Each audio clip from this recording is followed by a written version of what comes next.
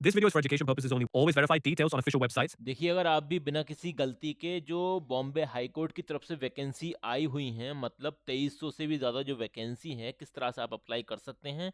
Multiple vacancy हैं, चाहे आप उसमें स्टेनोग्राफर के लिए अप्लाई करना चाहें, वो भी हम आपको बता सकते हैं। क्लर्क के लिए अप्लाई करना चाहते हैं, उसका भी प्रोसेस हम आपको समझा देंगे। तो यहाँ पर जितनी भी वैकेंसी हैं, सबके लिए आपको अलग-अलग अप्लाई करना पड़ेगा। सपोज़ दैट अगर आप यहाँ पर अप्लाई करना चाहते हैं क्लर्क के लिए, एग्ज़ाम्पल के तौर पर, तो उसका डिटेल एडवर्टाइज़मेंट आप यहाँ से डाउनलोड कर सकते हैं और उसे रीड कर सकते हैं। पूरा ये आपको नोटिफ़िकेशन मिल जाएगा, इस तरह से आप पूरी जानकारी आप यहाँ से हासिल कर सकते हैं। अगर अप्लाई करना चाहते हैं, तो आपको यहाँ पर ये अप्लाई ऑनलाइन का एक ऑप्शन मिलेगा, आपको इस पर क्लिक करना पड़ेगा। जैसे ही आप यहाँ पर क्लिक करेंगे, तो सबसे पहले आपके सामने यहाँ पर कुछ गाइडलाइंस हैं, किस तरह से आपको फॉर्म अप्लाई करना है, वो आपको मिल जाएँगी। अब ये जो गाइडलाइन है ना, ये पढ़ना ज़रूरी है। जैसे कि इसमें पॉइंट नंबर 12 है, काफ़ी इम्पोर्टेंट है कि मतलब इसमें ये कह रखा है कि 40 केबी से ज़्यादा आपकी जो है फ़ोटो और सिग्नेचर अपलोड नहीं कर सकते आप। तो 40 केबी से कम का आपको फ़ोटो अपलोड करना है। अब अप्लाई करने के लिए सबसे पहले आपको रजिस्ट्रेशन वाले इस ऑप्शन पर क्लिक करना पड़ेगा।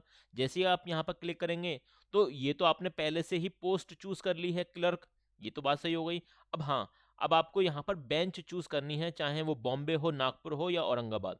उसके लिए सपोज़ दैट एग्ज़ाम्पल के तौर पर मैं आपको यहाँ पर एक फॉर्म फिलअप करके दिखाता हूँ, जैसे कि आप यहाँ पर बॉम्बे सेलेक्ट कर सकते हैं।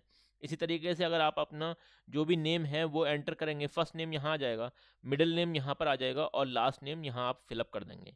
अब इसके बाद यहाँ पर एक चीज़ और रह गई, प्रीफ़िक्स। प्रीफ़िक्स मतलब होता है जैसे कि श्री या श्रीमती वगैरह जो भी आप लगाना चाहें, वो आप अपने अकॉर्डिंग टू योर कंडीशन आप लगा लेना। इसके अलावा पोस्टल एड्रेस, जो भी आपका एड्रेस वगैरह है, फुल एड्रेस आप यहाँ पर मेंशन कर देना और यहाँ से अपना डिस्ट्रिक्ट सेलेक्ट कर सकते हैं यहाँ से, ओके। इसके बाद आपको आधार कार्ड का नंबर यहाँ पर देना है, ईमेल आईडी आपको यहाँ पर दे देनी है, मोबाइल नंबर आपको यहाँ पर देना है। और अगर आपके पास जो भी है जैसे एसटीडी कोड वगैरह या रेजिडेंट फ़ोन नंबर है, तो वो आप दे सकते हैं, लेकिन ज़रूरी नहीं है, मैंडेटरी नहीं है, ओके। लेकिन मोबाइल नंबर देना ज़रूरी है क्योंकि इसके आगे रेड स्टार लगा हुआ है। जहाँ पर भी रेड स्टार लगा हुआ है वो चीज़ मैंडेटरी है, ओके। अब इसी तरीके से आप यहाँ पर जेंडर सेलेक्ट कर सकते हैं, मेल हो गया, फीमेल हो गया या ट्रांसजेंडर वगैरह जो भी आप सिलेक्ट करना चाहें, सपोज दैट। तो इसी तरीके से इसके अलावा आप यहाँ पर रिलीजन, कास्ट, कैटेगरी आप सेलेक्ट कर सकते हैं। जैसे हिंदू मैं आपको सेलेक्ट करके दिखाता हूँ। इसी तरीके से आप यहाँ पर जनरल हो गया या ओबीसी हो गया या जितनी भी कास्ट वगैरह है वो आप यहाँ से सेलेक्ट कर सकते हैं। इसके अलावा डेट ऑफ बर्थ आप यहाँ से सेलेक्ट कर सकते हैं। एग्जाम्पल के तौर पर आपको मैं डेमो के तौर पर बता रहा हूँ। जैसे यहाँ पर मैं 7 तारीख सेलेक्ट कर लेता हूँ, यहाँ से आप अपना मंथ चूज़ कर लीजिए जो भी है। ये तो मैं आपको एग्जाम्पल के तौर पर बता रहा हूँ, ओके। ये आप सेट कर सकते हैं। प्लेस ऑफ बर्थ आप यहाँ पर लिख देना, जो भी जहाँ पर आप पैदा हुए हैं वो आप यहाँ पर प्लेस ऑफ बर्थ मैंडेटरी है, ये लिखना ज़रूरी है। मैरिटल स्टेटस मतलब आपकी शादी हो गई है या नहीं हुई है या फिर डाइवोर्स वगैरह, वो सारी कंडीशन आप यहाँ से दे सकते हैं। अगर आपकी नहीं हुई है तो अनमैरिड पर क्लिक कर देना। हाँ, इसके बाद बहुत इंपॉर्टेंट पॉइंट आता है, जैसे कि whether the candidate is differentially abled person, मतलब अगर आपको कोई भी परेशानी वगैरह है, जैसे कि फिजिकली हैंडीकैप स्टूडेंट होते हैं, तो उस केस में आपको यस करना पड़ेगा, अदरवाइज तो नो ऑलरेडी है वो। अगर आप यस करेंगे तो कुछ आपको यहाँ पर डिटेल प्रोवाइड करनी पड़ेगी, जैसे कि मतलब आप पार्शियली डिसेबल हैं या फिर परमानेंट हैं। जैसे कि कोई आई साइड का मसला होता है, पूरी तरीके से कोई आई साइड जिसकी वीक है या फिर वो थोड़ी बहुत है, वो आपको यहाँ पर मेंशन करना पड़ेगा, परसेंटेज बतानी पड़ेगी डिसेबिलिटी की। या और सर्टिफिकेट कहाँ से इशू हुआ है, सर्टिफिकेट इशूड बाय मतलब किस अथॉरिटी ने इशू किया है, वो सारी डिटेल आप दे सकते हैं। और एक से ज़्यादा अगर आपकी डिफरेंशियली एबल मतलब कैटेगरी है, तो आप उसमें ऐड भी कर सकते हैं यहाँ से, ओके। तो ये इंपॉर्टेंट पॉइंट है। इसके अलावा अगर हम एजुकेशनल क्वालिफिकेशन की बात करें, तो देखिए आप एक एक करके सारी क्वालिफिकेशन यहाँ से ऐड कर सकते हैं, जो जो आपने क्वालिफिकेशन कर रखी है। पहली बात तो ये कि आप जिस भी स्ट्रीम में अप्लाई करना चाहें, जिस डिपार्टमेंट में अप्लाई करना चाहें, उसकी कंडीशन देख लेना, उस हिसाब से आप यहाँ पर अपनी जितनी भी क्वालिफिकेशन है वो सिलेक्ट कर सकते हैं यहाँ पर। जैसे कि एसएससी हो गया, यहाँ से सिलेक्ट कर सकते हैं, ये स्ट्रीम ऑलरेडी सिलेक्ट हो गई। अब यहाँ पर स्ट्रीम एप्लीकेबल फॉर अदर, अगर आप यहाँ पर एलिजिबल हैं तो लिख देना, यहाँ पर आपका बोर्ड वगैरह का नाम आ जाएगा। ईयर ऑफ पासिंग, आपने कब पास किया है एसएससी वगैरह, तो वो आप यहाँ से सिलेक्ट कर लेना, जो भी साल आप सेलेक्ट करना चाहें। अब यहाँ पर आउट ऑफ मार्क्स और यहाँ पर है टोटल ऑब्टेन मार्क्स, आपको टोटल नंबर कितने मिले हैं और कितने में से मिले हैं, कितने में से मिले हैं वो आपके यहाँ पर आएंगे। सपोज दैट मैं आपको एग्जांपल के तौर पर जैसे 1000 मान लेते हैं, किसी का मतलब टोटल जो पेपर था वो 1000 का था, उसमें से आपने जो गेन किए वो 700 गेन किए, तो ऑटोमेटिकली यहाँ पर आपकी परसेंटेज काउंट हो जाएगी, कैलकुलेट हो जाएगी।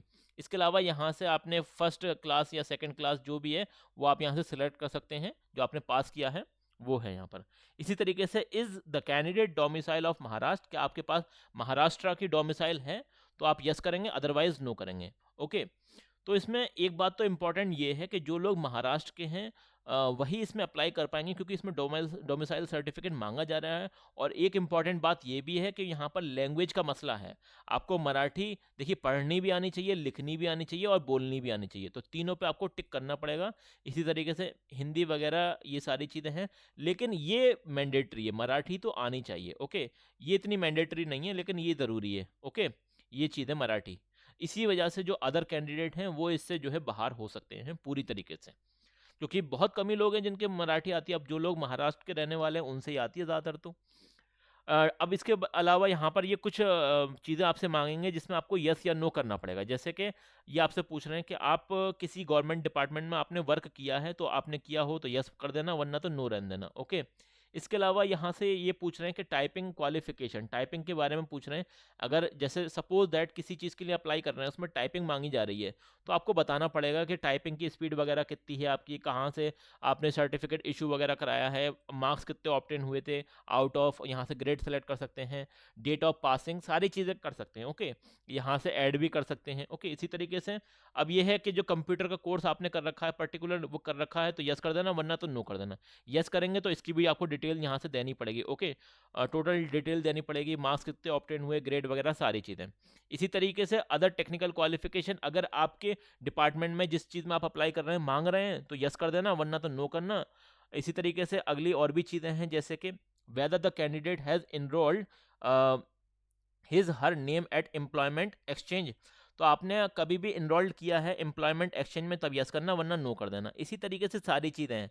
अगर आप कभी भी जैसे कि क्रिमिनल, ये है ना, is he she convicted by a criminal court, अगर कभी भी आप कोर्ट वगैरह में कन्विक्टेड हुए हैं तो यस करना, वरना तो ऑलरेडी नो तो है ही, और ज़्यादातर केसेस में तो नो ही रहने वाला है, क्योंकि बहुत कम ही लोग क्रिमिनल केसेस वगैरह में होते हैं। ओके, तो ये सारी चीज़ें हैं। इसी तरीके से आपसे ये पूछा जा रहा है इस वाले कॉलम में कि आपको कभी भी डीबार किया है, मतलब आपको बैन किया है एग्ज़ाम देने से, जितने भी स्टेट सर्विस कमीशन वगैरह हैं उनके जो एग्जामिनेशन होते हैं, अगर किया हो तो यस कर देना, अदरवाइज नो तो करना ही है।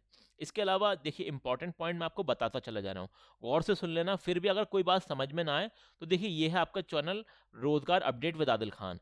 कोई दिक्कत कोई परेशानी हो यहाँ आप बता सकते हैं, मुझे बिल्कुल बता सकते हैं। मैं अपनी तरफ से पूरी पूरी कोशिश करूंगा आपके हर एक सवाल का सही और बेहतर जवाब देने की।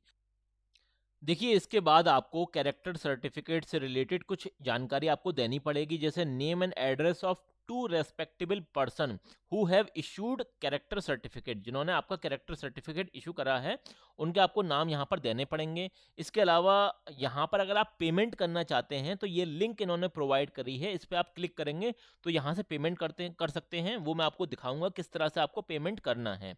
अगर आप फोटो और सिग्नेचर अपलोड करना चाहते हैं तो ये ऑप्शन दे रखे हैं, यहाँ से कर सकते हैं, लेकिन जेपीजी फॉर्मेट में होना चाहिए और 40 केबी से ज़्यादा का नहीं होना चाहिए, मतलब 40 केबी से ज़्यादा का नहीं होना चाहिए। और यहाँ पर आपको कैप्चर कोड लिख देना है, यहाँ से अग्री करेंगे। लेकिन उससे पहले मैं आपको दिखा देता हूँ किस तरह से आप यहाँ पर पेमेंट कर सकते हैं। तो आपको इस लिंक पर क्लिक करना पड़ेगा। जैसे ही आप क्लिक करेंगे देखिए आप इसके बाद ये एसबीआई का जो पोर्टल है जहाँ से आपको पेमेंट करना है वहाँ पर आ जाएंगे। चाहे नेट बैंकिंग हो, डेबिट कार्ड हो, क्रेडिट कार्ड हो, आप उससे पेमेंट कर सकते हैं। लेकिन पेमेंट वाले इस पेज पर आपको ज़्यादा देर टाइम वेस्ट नहीं करना, जल्दी से जल्दी पेमेंट करना है, वरना 5 मिनट बाद यहाँ पर एरर लिखकर आने लगेगा और आप परेशान होने लगेंगे। और सबसे पहले आपको यहाँ पर पेमेंट कैटेगरी सेलेक्ट कर लेनी है, जैसे कि मैंने यहाँ पर क्लर्क सेलेक्ट कर ली है। इसी तरीके से आपको अपना यहाँ पर फर्स्ट नेम, यहाँ पर मिडिल नेम, यहाँ लास्ट नेम, और यहाँ पर आपको अपना मोबाइल नंबर, यहाँ ईमेल आईडी, और यहाँ से अपनी डेट ऑफ बर्थ सेलेक्ट कर लेना, और यहाँ पर अपना पूरा एड्रेस आपको मेंशन कर देना है। और देखिए आपकी जो फीस वगैरह है वो यहाँ पर ऑलरेडी मेंशन होकर आ जाएगी। ओके, तो इस तरह से आपकी फीस वगैरह यहाँ पर आ जाएगी। और इसके बाद आपका रिमिटर नेम में अपना नाम डाल सकते हैं, यहाँ पर अपना मोबाइल नंबर डाल देना और यहाँ पर ईमेल आईडी डाल देना। ओके, और यहाँ पर ये वाला जो कैप्चर कोड है ये डाल देना है। इसके बाद आप यहाँ पर नेक्स्ट करेंगे तो आप जो है अगले पेज पर रीडायरेक्ट कर दिए जाएंगे। एंटर पेमेंट डिटेल आप ये कर देंगे, फिर आपको वेरीफाई पेमेंट डिटेल करनी पड़ेगी, आपके पास ओटीपी जाएगी, उसके बाद कंप्लीट पेमेंट कर देना और उसकी एक प्रिंट निकाल लेना रिसिप्ट की। ओके, इस तरह से आप कर सकते हैं और ये आपको कर देना है। इसके बाद आप यहाँ से अग्री कर देंगे और ये सिक्योरिटी कोड वगैरह डालकर आप यहाँ से अग्री कर सकते हैं। इस तरह से ये पूरा फॉर्म जो है ना, एक सिंगल पेज का फॉर्म है, बड़े ही आसानी से आप फिलअप कर सकते हैं। और फिर भी कोई समझ में बात ना आए तो ये है आपका चैनल रोजगार अपडेट विद आदिल खान। कोई दिक्कत कोई परेशानी हो कमेंट सेक्शन में बता देना, हम अपनी तरफ से पूरी कोशिश करेंगे आपके हर एक सवाल का सही और बेहतर जवाब देने की।